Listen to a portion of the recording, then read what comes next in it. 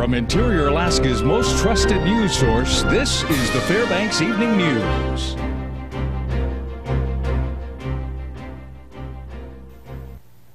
Good evening and thanks for joining us. A 39-year-old Fairbanks man accused in a string of burglary incidents taking place over several months has entered pleas of innocence to an extensive criminal indictment. Carl Irvin Gage was arraigned earlier today in State Superior Court. The Fairbanks Police Department had been investigating a string of burglaries stemming from September 2012. Most recent burglaries targeted the Shoppers Forum Mall, with Gage being tabbed as the suspect in the case. Gage is charged with 17 counts of felony burglary, 15 counts of felony theft, 15 counts of criminal mischief, and a host of other alleged crimes. Trial in his case is tentatively scheduled to begin April 1st. Now Gage faces a lengthy jail term if convicted. Well, it was a busy day in Juneau as incumbent and new state lawmakers were sworn in for the 28th legislature. Already some last-minute shuffling has led to some changes for the Interior delegation. Changes abound for the 28th legislature down in Juneau. For one, Republicans have taken control of the Senate, dissolving a bipartisan coalition that ruled for 5 years. Anchorage Senator Johnny Ellis is now the Senate Minority Leader. Interior Senator John Coghill, the Majority Leader. In fact, Republicans hold majority in both the Senate and the House, which is better news for Governor Sean Parnell and his administration, as they will once again try and advance a new oil tax proposal. Efforts to push forth with new tax structures have failed for the past 2 years. In the House, a surprise move by incumbent Representative Lindsey Holmes of Anchorage. Holmes announced last Saturday that she is switching her party affiliation from Democrat to Republican. The move enables Holmes to acquire a seat on the powerful House Finance Committee. The seat she acquires is a gain for Republicans, but a loss for Democrats, and specifically for the Interior, as Representative Scott Kawasaki loses his seat on the very same committee. Kawasaki will remain on the committee temporarily in place of the Interior's other Democrat Representative David Guttenberg, who remains at home to care for his wife Marilyn, who is undergoing undisclosed medical care. House lawmakers pre-filed 61 bills for consideration and 2 joint resolutions. Senate lawmakers offered up just 3 bills before the official swearing in and gaveling in of the 28th state legislature. More public meetings late this afternoon with the newly formed Board of Directors for the Interior Alaska Natural Gas Utility. Giving a presentation before the board, Fairbanks Natural Gas CEO Dan Britton, FNG, is being asked to be one of the major players in the borough's quest to truck cheap gas to Fairbanks. Recently, the entity announced that Fbx Alaska Natural Gas Company and its subsidiaries have submitted a comprehensive response packet to the Alaska Industrial Development and Export Authority in regard to interest of a North Slope liquefied natural gas plant. Fbx Alaska Natural Gas Company controls both Fairbanks Natural Gas and Polar LNG. Reached for comment, Board Chairman Bob Shefchik says all offers are getting their collective ear and time to put a definitive plan into action is long overdue. At the end of the day, it's the cost to the homeowner. You're looking at from $4,000 to $6,000 a year for home heating costs right now at $4 a gallon diesel, and it is killing the community. And so to look to get to $15 equivalent or less of gas is $2 diesel. And that is our goal, and it's to reach as many people in the borough as quickly as possible. Now, officials with Fbx say their proposal provides opportunity for public-private partnership between Fbx and the state, which will ultimately result in abundant lower-cost natural gas and propane to the Interior. They say their proposal is turnkey and address acquisition, liquefaction, transportation, storage, and disbursement of natural gas, and could lead to gas rates ultimately priced down to $13 per 1,000 cubic feet. All right, thank you, Stephanie. And with that, we are going to take a look outside for the first time this evening. Mike Schultz joins us now with our first look at weather. Mike. Hey guys, you know, the skies are clearing up, which means colder temperatures moving in. And the cold temperatures look like they're not going to be nearly as long as we were expecting. Right now, across the interior, as you can see, your temperatures are pretty consistent for the most part. 8 degrees around Delta Junction, 10 degrees at Allison Air Force Base, Fort Wainwright, and Fairbanks, North Pole at 11 degrees. Nenana, 15 degrees, and 6 degrees at Denali Park. Now, as far as our temperatures are concerned, we were talking last night about 30 belows. One day, and after that, it looks like a little bit of a rebound for the weekend. We'll tell you more about that and all the weather in general later on. Stephanie, Daryl? Okay, thank you very much, Mike. And when we do come back, flu cases seem to be on the decline. And our current weather is a good science project for some people. That and more. Stay with us. Fairbanks Evening News is brought to you by Denali State Bank, your community bank, and by Nissan, innovation that excites. Welcome back to the Fairbanks Evening News.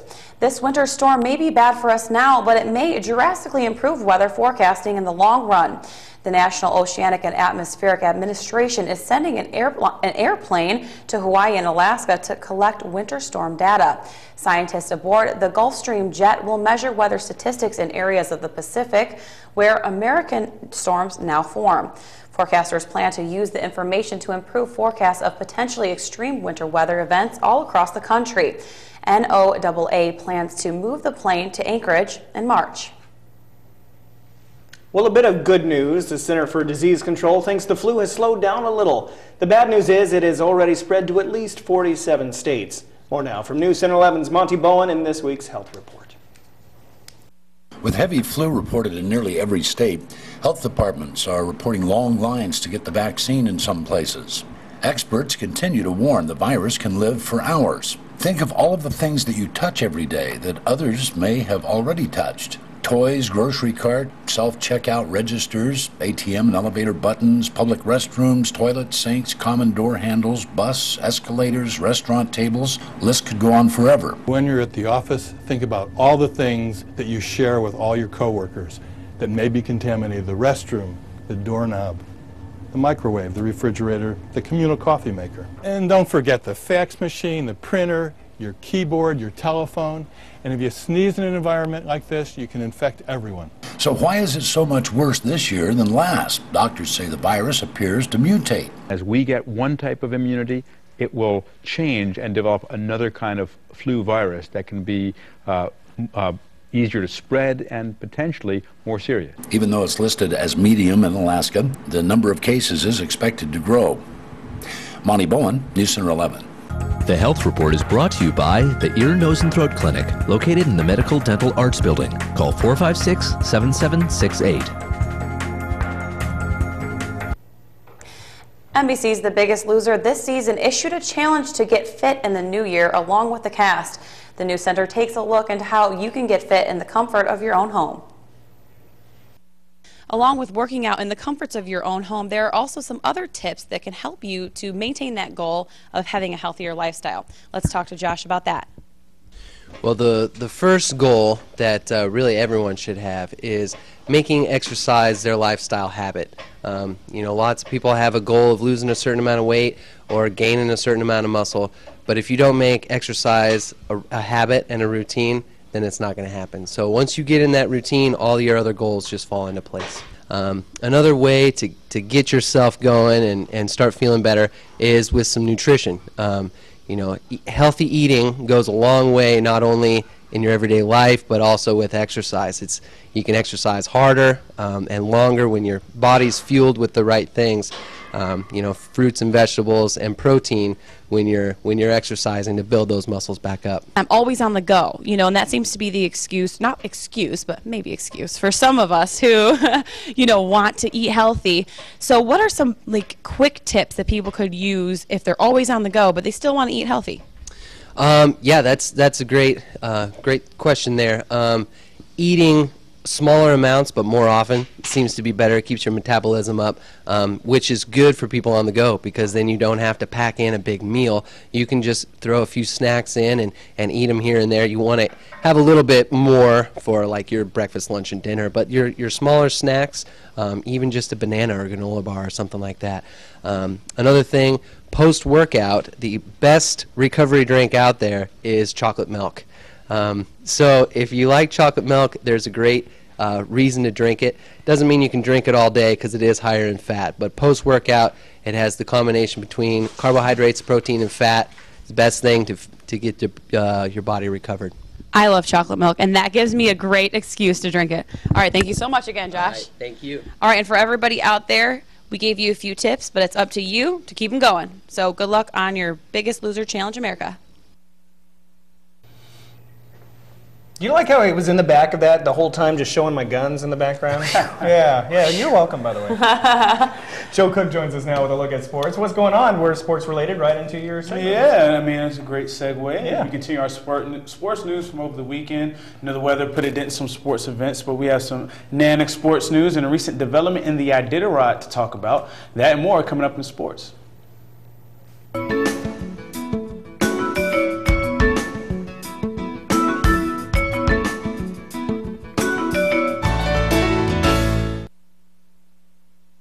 By the law office of Rita T. Alley. Peace of mind through professional legal services.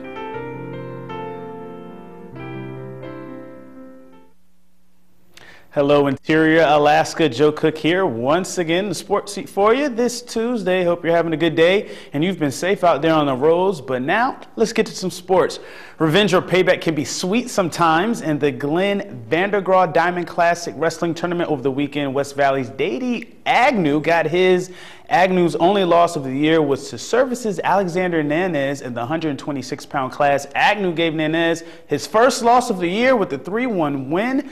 They're likely to see each other in states for the tiebreaker. That'll be a great match there. Highland Story got revenge as well for the Wolfpack, winning the 182-pound title against Palmer's Caleb Nielsen 11-7. For Lathrop, Sam Zimmerman and North Pole's Moo Rogers were in the finals but lost their title bouts 4-2 and 3-1. South, who won the John Tobin Invitational, won this tournament as well, 148 points. Wasilla was second with 139. For the Interior, North Pole led the way, finishing 8th. Then Lathrop and West Valley followed.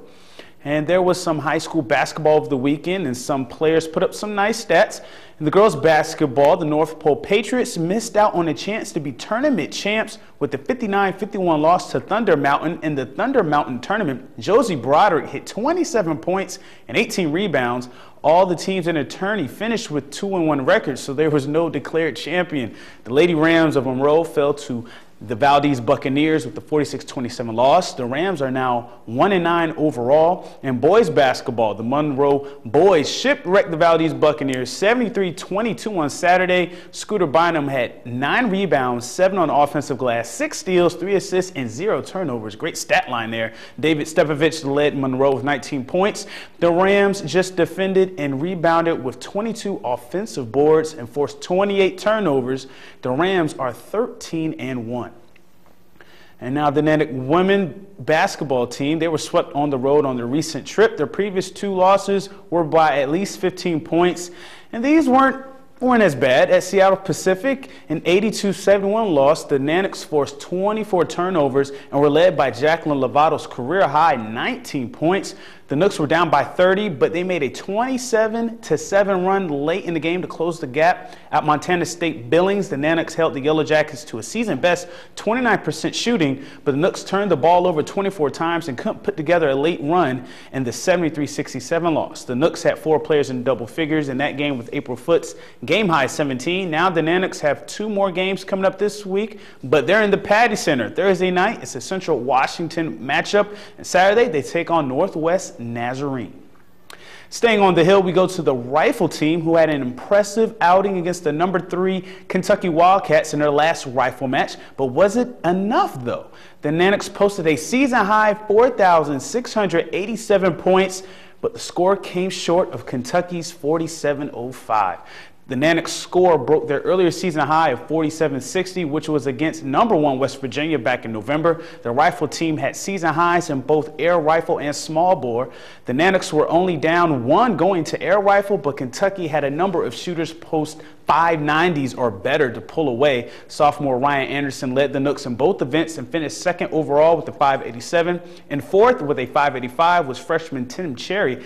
The Nanooks have some confidence, but it won't get easier as they host the number 2 TCU Horned Frogs Saturday and Monday in the Patty Center. It's always said or believed that when a team has to travel across time zones and borders, that it's understandable if a team comes out flat. Makes sense with jet lag and body clocks being off, etc. Any team can make that excuse, but the Nanook swimmers didn't. Saturday, they split a tri-meet with Puget Sound and Simon Fraser in Burnaby, British Columbia, just 24 hours removed from their higher elevation training in Flagstaff, Arizona. The Nanooks lapped Puget Sound with an 80-37 win, and then number 15 Simon Fraser surpassed the Nanooks in 75-74 decision. Junior Benty Heller won the 100 freestyle, her signature event, in 59.28 seconds and took third in the 50 free. Margot Adams, a sophomore, won the 100 butterfly in under 1 minute 5 seconds. Daniel Lyons won the 200 individual medley. Heller, Adams, Lyons, and Gabby Summers won the 200 freestyle relay. Simon Fraser won 9 individual events and the top 3 spots in 2 races for the victory. The Nanooks are now 3-3, and we'll see Simon Fraser again at the end of the month in the Patty Center pool. And the last notes for the Sportscast, the NHL announced that Jason Agnes of the Ice Dogs is the West Division Player of the Week. Agnes has posted 8 points in the last 3 games. This weekend against the Janesville Jets, he had 5 points with 2 goals and 3 assists. The Ice Dogs hold second place in West Division behind Wenatchee. Coming in today to the newsroom, the Iditarod was forced to cancel some qualifying races due to the warm weather. Iditarod officials say the race will still take place on March 2nd. Race Marshal Mark Nordham says it's too soon to move the race up to Fairbanks like they did in 2003 because of too much water along the route. Maybe Mike Schultz has some warm weather news so the Iditarod can move to Fairbanks. And that'll do it for sports tonight. Thanks for rocking with me for a little while. For KTVF Sports, go to Twitter, YouTube, download our new mobile app, or when all else fails, just go to webcenter11.com. Stay cool, Alaska. Mike Schultz has your full weather forecast coming up next, and we'll catch you next time. You know, guys, we really dodged a bullet last night. We had a lot of snow and rain moving our direction. It all went to the north. In fact, you saw the satellite radar last night. It was all moving to the north. So, you know, we're expecting the worst, but didn't come. Yeah. In fact, the roads were not that bad today. No, not too terrible. I was glad to see them that way. They did a good job clearing them up. They did, but we have colder weather coming back for just a short period. No. Not so bad. Not so A bad. short period? A short period, yeah. What are we talking? An hour? No, a little longer than that. We'll tell you about that just a little bit. Let's go out to the airport and see what's going on. Cloudy skies, 10 degrees. After a high of 19, our low last night, 7 degrees. The record high, 50 in 1981, 64 below in 1934. Joe, that's just for you, in case you're wondering. Sunrise, 10:26 this morning. Sunset, 3:38 this afternoon, giving us 5 hours, 11 minutes of daylight, a gain of almost 6 minutes from yesterday. Here's our photograph for tonight. A pink sunrise sent in by Cortland Blake. Beautiful colors there. Again, if you have a photograph, send it to Mike Schultz at KTVF11.com. Okay, here's what's going on in the satellite picture. You can see all the clouds that were over us to the west, moving rapidly over into Canada now. Skies are clearing behind, which means colder temperatures and no more storms. All the storm track is way down to the south, so we're going to be continuing to look at clearing skies. Elsewhere across the state, looks like a lot of rain and snow across over southeast Alaska. Nice weather around the Anchorage Bowl, 32 degrees there. Up and down the west coast, a little chilly around Nome, 9 degrees there. Even cooler at Barrow, 7 below. Not too bad in Fort Yukon, partly cloudy skies, 18 degrees above. The lower 48 weather, we're talking about nice weather over the western half of the country. Warmed up considerably in Denver from their 12 degrees they had yesterday.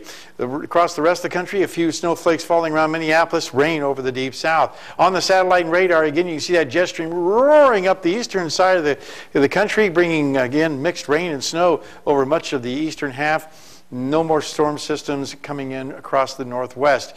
We are looking at lots of soaking rains over the southeast and an icy mix forming across parts of the deep south there. Colder temperatures coming in. And the new jet stream is showing the jet stream diving way down to across the Great Lakes, but for the most part, warm air over a large portion of the southern half of the country, and that's going to continue. All right, back to Alaska for tomorrow in the northern sections. Flurries expected in Nome, Barrow. We'll see partly cloudy skies. Cloudy skies in Fort Yukon, 0 degrees for the high in Fort Yukon. Over the interior, isolated snow showers becoming cloudy for Fairbanks and Healy. And over the Well, over the southeastern sections, rain and snow for Juneau and periods of rain at Ketchikan, kind of wet there. Over to the southwest, partly cloudy skies at Cold Bay and in Bethel, and snow expected at Kodiak Island.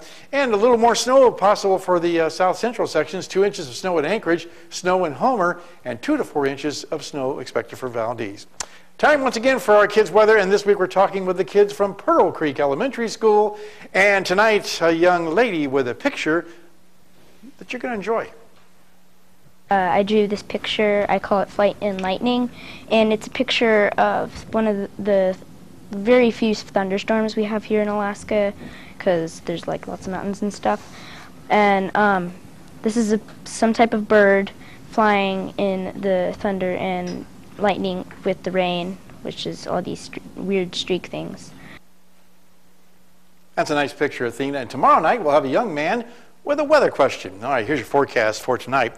As you can see, we're looking at 6 below for the overnight low, mostly cloudy skies. Tomorrow's forecast at 2 degrees above, and cloudy skies will continue in the extended forecast. As you can see here, cold temperatures once again returning. 27 degrees below for the overnight low. That'll be probably happening Wednesday and Thursday night, but then we'll rebound for the weekend.